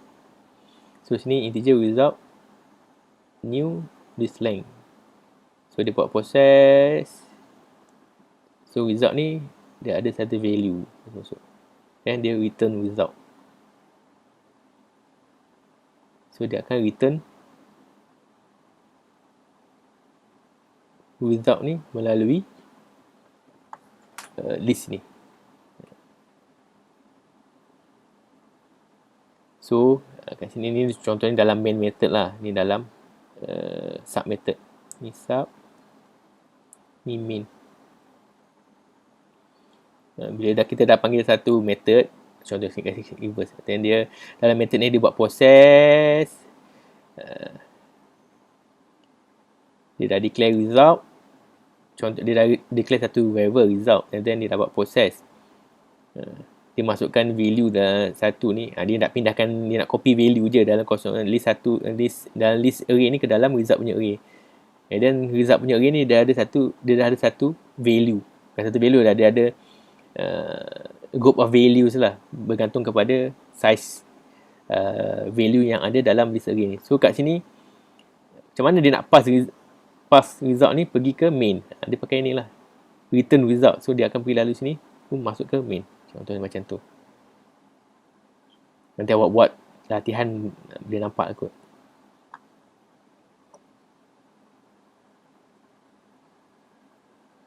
Ni dia tunjuk lah, trace the reverse method. Integer list 1, value dia ini. Lepas tu dia ada integer list 2. Dia panggil. Ni dia, cara dia panggil method, sub method. Dia pass ni, value yang ada dalam list 1 ni. Array 1. So dia pun pergilah ke sub method reverse ni tadi. Dengan value yang dia pass tadi. List 1 ni, value ni masuk ke sini. List. So I equal 0, J result length. Kat sini dia initialize. Lepas dia masuk sini, dia initialize satu pemboleh bar, nama dia result. Dengan size dia. Length dia berapa? 10 ke? 3 ke? Bergantung kepada size length list ni lah. Sebab dia pakai list.length. So dia bergantung kepada length list ni. Kalau ada sini 1 sampai 6, size result ni pun 6. So dia pun compare. Selagi dia tak besar daripada size yang dia bagi tadi, dia copy. List kosong yang ada value ni, value dia 1, dia akan copy masuk ke J. Result J kosong. So sebab J ni dia start dengan kosong juga. So dia akan copy masuk. And then dia return, pulangkan balik. So bawah ni nanti dia akan pulangkan balik lah, return. Dia dah ada value, dia akan pulangkan balik kepada main method kita. Ni sebenarnya duduk dalam main method ni. So, nanti kita boleh guna lah result tu, apa kita nak guna seterusnya. Contoh dia ni.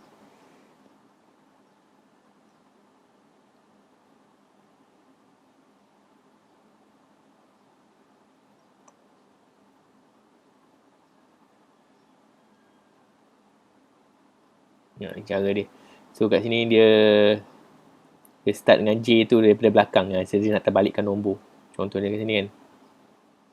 I sama dengan 0, J sama dengan 5. Sebab J dia sama dengan result.length. Result dia tadi adalah size dia 5. So J ni sama dengan 5.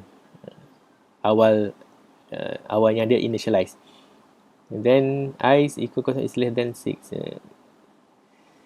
I ni less daripada dia punya size tadi. 1, 2, 3, 4, 5, 6.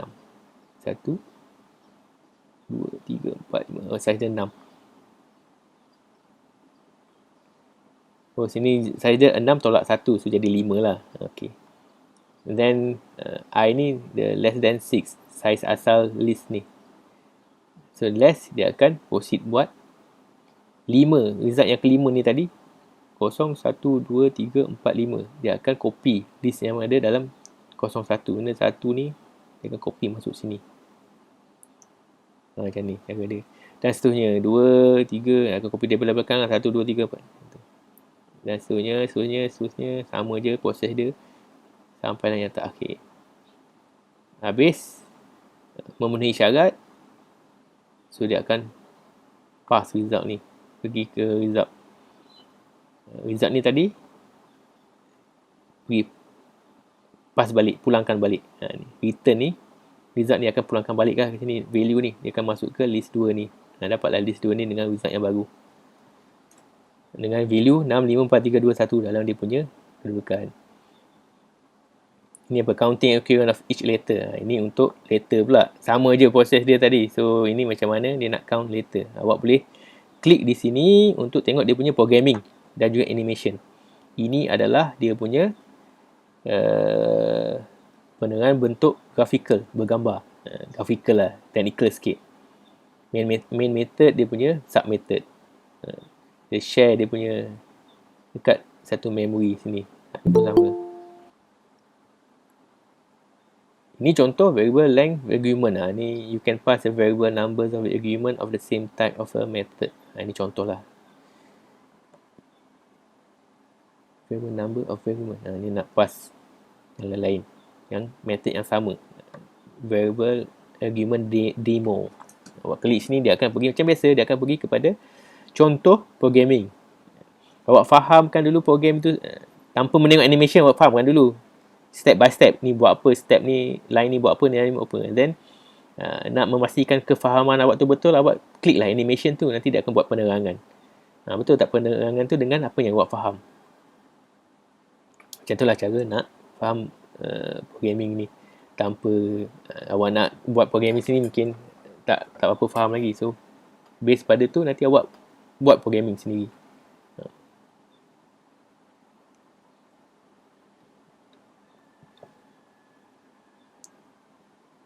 Apa ni? Okay. Next apa? Search array. Ini macam mana kita nak search array. Depan saya tadi. Searching is the process of looking for a specific element in an array. Ini adalah proses nak mencari specific element di dalam array tersebut. For example, discovering whether a certain score is included in a list of scores. Searching is a common task in computer programming. There are many algorithms and data structure devoted to searching. In this section, two commonly used approaches are discussed. Linear search and binary search. Ini macam mana kita nak search data ataupun elemen ataupun value yang ada dalam array kita. So, kita boleh pakai macam ni lah. Public class. Linear search. Dia ada class linear search. And then dia ada dia punya method. Public static int integer linear search. Masukkan argument dia. So, dia akan search lah. Key equal return I. So, list 1, 2. Ini adalah list array kita. Key, compare key with list 1. Ni key kita. If key integer key. The method for finding a key in the list. The linear search approach compares the key element, keys ataupun sequential with each element in the array list. Key element kita panggil key kat sini lah. Sequentially with each element with the array. So kita nak cari satu nombor di dalam array. Key element. Apa elemen yang kita nak cari tu kita masukkan. Dan dia akan compare dengan elemen yang ada di dalam array tu sampai dia jumpa elemen tersebut. Dan dia akan beritahu. The method continues to do until the key matches an element in the list or the list is exhausted without a match being found. Kalau dia cari dalam elemen tu tak jumpa persamaan, so dia akan stop searching lah. If no match is found, the search returns -1. Kalau dia cari tak jumpa, dia akan return value -1. So if a match is made, the linear search returns the index of the element in the array that matches the key. So kalau dia jumpa persamaan, dia jumpa apa yang ada dalam elemen tersebut, dia akan return the index of the element. Kat mana elemen tu duduk, lokasi mana dia akan hantar lah kepada kita pada cari tu. Contohnya macam ni, key dia ni, list of array kita ada 6, 4, 3, 2. So kita nak cari nombor 3, dia akan compare dengan yang pertama, tak sama. Yang kedua, compare yang kedua pun tak jumpa, compare yang ketiga tak jumpa, compare yang keempat pun dia tak jumpa, compare yang kelima tak jumpa, compare yang keenam, tempat yang keenam, lokasi yang keenam dia jumpa. So dia akan return lah dia punya index number tu. Maknanya dia akan hantar list apa ni, 5, kedudukan yang kelima kan, 0, 1, 2, 3, 4, 5. So dia akan hantar list kelima. Contohnya, awak nak lebih lanjut, boleh tengok sini, tekan je situ. Macam tu lah cara dia compare linear search element ni. From idea to solution, ni sama je macam mana dia nak search, sama macam ni. Ni dia masukkanlah key, apa dia nak, key dia tadi apa dia nak cari. Ni dalam array dia, key dia apa elemen yang dia cari, ni array yang dia nak cari elemen tersebut. So ni dia akan return. Kalau dia tak jumpa, dia akan return -1. Ni nama ni -1. Sebab dia ada if. Kalau if key tu equal to mana-mana ni, dia akan return value tersebut lah, index number. Kalau tak jumpa, dia akan return -1. Ini cara dia buat programming dia, searching, linear searching. Sebagai contoh, ni ada satu list, satu umpamanan ni. So dia nak cari linear search list 4. So dia nak, ni dia sediakan tempat, boleh ubah. Dia panggil class tadi, method tadi, list, dia hantar list ni. So dia nak cari value, elemen key, elemen dia 4 dalam video tu, dia hantar, dia jumpa tak? So dia cari jumpa, return 1, maknanya index yang kedua, 01. Lepas tu ni dia cari negatif 4, dia tak jumpa dalam list ni, tak ada negatif 4, dia akan return negatif 1. Integer linear key, dia nak cari key yang negatif 3, dia cari 0, 1, 2, 3, 4, 5, dia jumpa. So dia akan hantar return 5. Macam itulah contoh dia. So ni binary search. For binary search to work, the element in the array must already be ordered without loss of generalities. Assume that the array is in ascending order. So ini adalah ascending order, order yang menaik. 2, 4, dia naik, nombor yang menaik. So the binary search first compare the key with the element in the middle of the array. So dia akan compare dengan key element yang ada di tengah-tengah. For binary search to work, the element sama je. So macam ni, binary search 3. Untuk binary, kita dah buat ascending order, dan kita nak check nombor 8. So dia akan compare dengan tengah-tengah dulu, tak jumpa, dan dia compare, kemudian dia tak jumpa, dan dia compare ke kanan.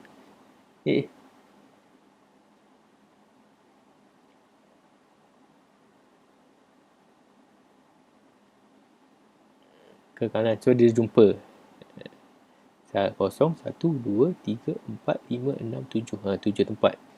So tempat yang ke-6 yang akan hantarlah index number dia. Key is 11. Okay. Ni dia tunjuklah macam mana tengah. Dia ada 12. So dia tertengah dia akan compare dengan yang tertengah dulu, yang kelima. Kalau key tu dia kecil daripada 5, dia akan ke key tu. Kalau besar daripada tu, dia akan ke kanan.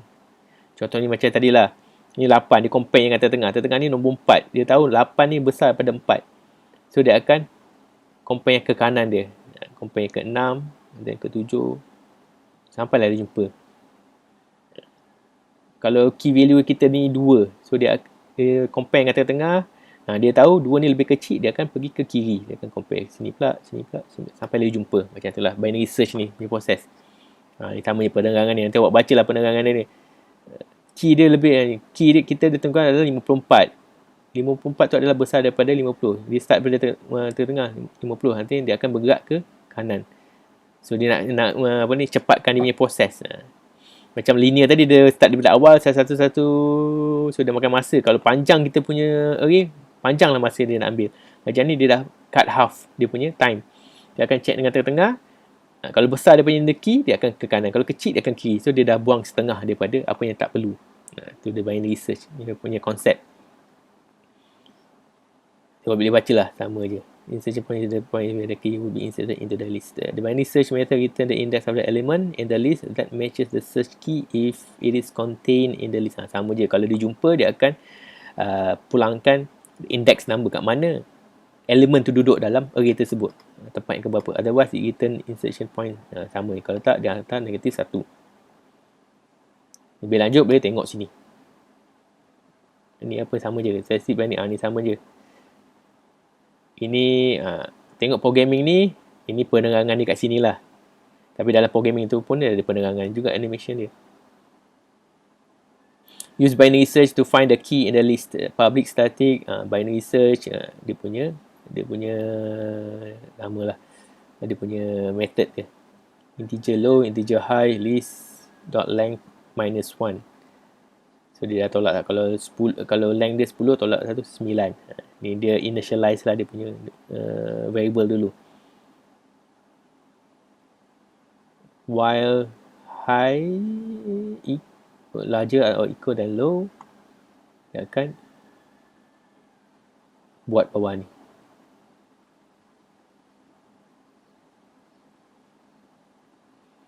Pergi ke tengah-tengah. Ini programming ni macam mana dia buat ni lah. Dia buat proses ni. Ini dia punya bentuk source code dia. So dia akan initialize 2. Tempat low dengan high. So tadi tu kalau list dia 10, tolak 1, 9. So 9 ni adakah besar daripada kosong awal ni. Kalau besar, dia akan initialize middle. Low tambah high. 0 tambah 9 bahagi 2. Cari tengah-tengah dia. And then pergi tengah tu compare. Compare. Kalau besar daripada yang value yang tengah tu, dia akan ke kanan. Kalau value yang nak cari tu kecil daripada yang tengah-tengah tu, dia akan ke kiri.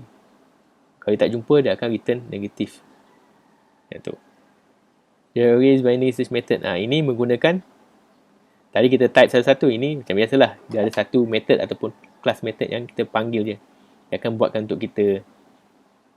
Since binary search is frequently used in programming, sebab dia selalu guna, so Java ni dah siapkan sedia satu method ataupun kelas untuk kita guna. Panggil, kita guna je. Tak payah nak pening-pening kepala, nak type sendiri macam ni. Java provides several overloaded binary search method for searching a key in an array of integer, double character, short, long, and float in the java.utility.arrays class. Dalam kelas tersebut lah. For example, the following code searches the keys in an array of numbers and array of characters. So, dia cari dalam array numbers dan array character. Ini kita punya array awal dia. System print index ni, ni pun kita panggil search. Nak cari nombor 11 ni dalam kita punya array list. Kita type ni je. System print ni, ni kalau kita nak print out lah. Kalau kita tak nak print out, kita type je lah ni java.util.array.binary search ni. Masukkan list apa yang kita nak di search tu dan key element dia. Key apa yang kita nak cari, nombor 11. Nanti dia akan return value. Tempat yang keempat, 0, 1, 2, 3, 4. Tempat yang kelima. Index yang keempat. Sebab start dengan 0. So dia akan return. Karakter pun sama. Kita ada satu array untuk characters.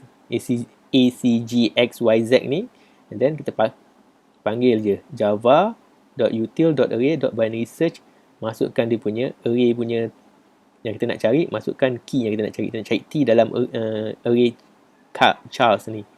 Dia akan carilah 0, 1, dia akan buat linear searches 2, 3, 4, 5. Dia cari T, tak ada. Kalau tak ada, dia akan return minus tadi. Return is insertion point is, so return is Okey, kat mana dia insert tu nanti dia akan return negatif. So mostly dia akan, kalau tak jumpa dia akan return negatif dengan insertion point kat mana dia masuk. Ni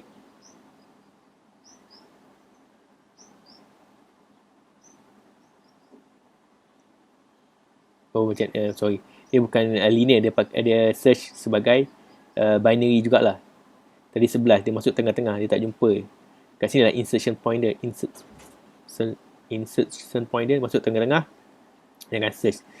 11 ni kecil daripada 50, dia akan pergi ke kiri, so dia akan jumpa. Macam ni dia pun akan masuk tengah-tengah.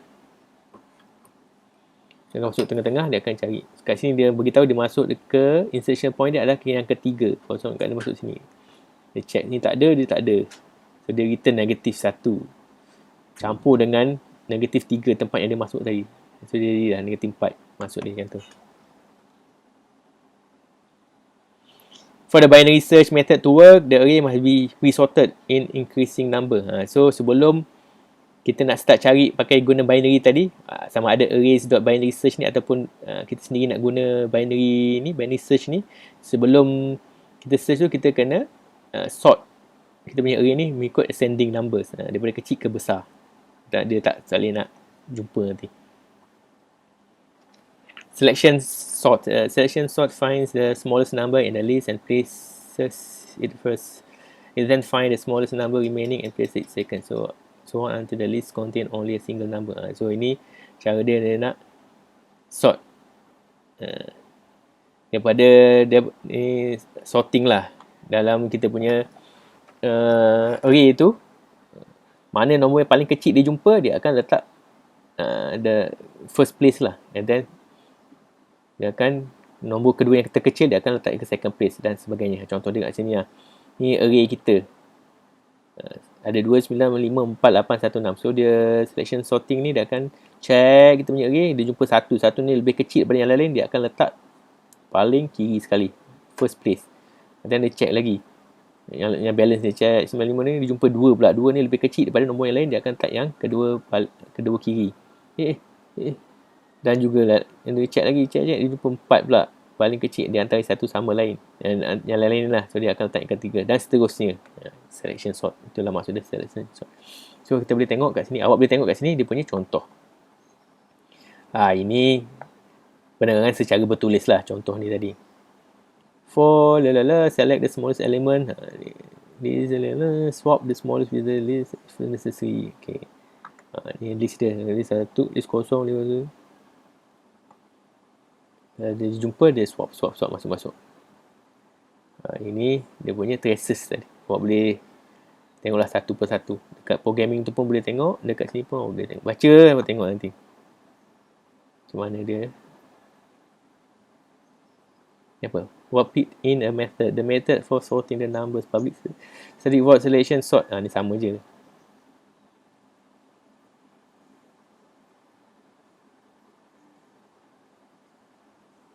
So ini dia guna method. Dia panggil method lah. The arrays.sort method. Since sorting is frequently, sorting ni pun selalu kita guna dalam programming. So Java dah sediakan dia punya classes. Ni cara dia satu-satu macam mana kita nak buat sendirilah, manually. Nak type satu-satu, awak boleh baca, boleh fahamkan. Selain itu, awak boleh panggil je ni. Dia akan sortkan automatic untuk awak. Sort method ni boleh guna untuk integer, double, character, short, long dan juga float. Dengan dalam Java utility.arrays class ni.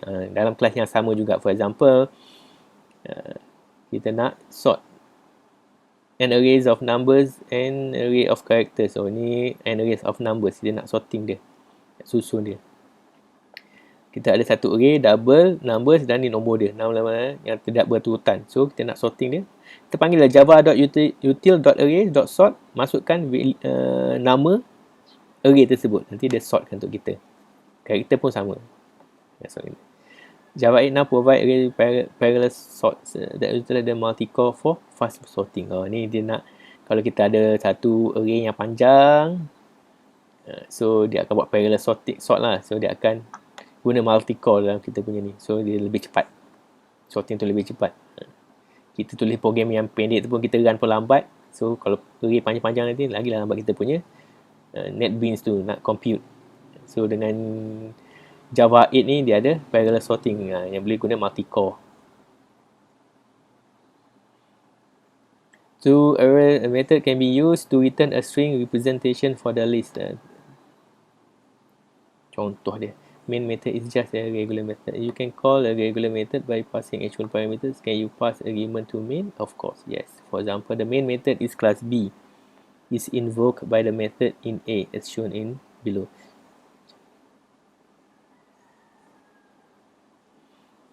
So ni public class A, class B, dia ada dua method. So maksud dia apa ni? You can call the regular method by passing actual parameters. Can you pass argument to main? Of course, yes.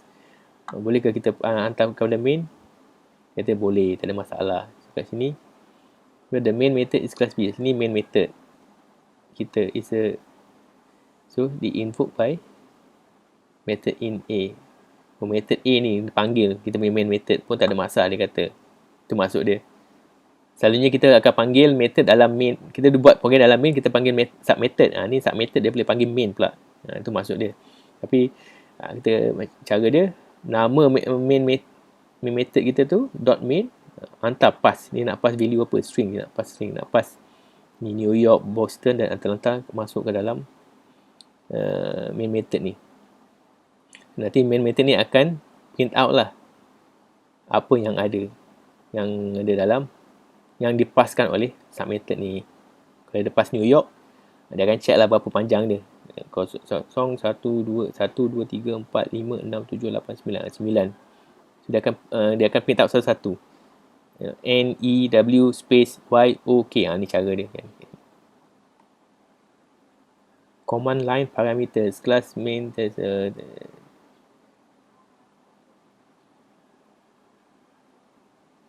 Ni adalah command line parameter. Pukul 10 dah Alamak.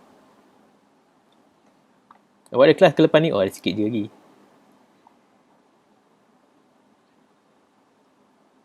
Command line parameter. Nanti awak baca lah sendiri. Dah pukul 10. Command line parameters. Ni apa ni? Parameter guna command line je. Kalau kelas test main, public statement string, Java, test main, argument. Nak panggil kot.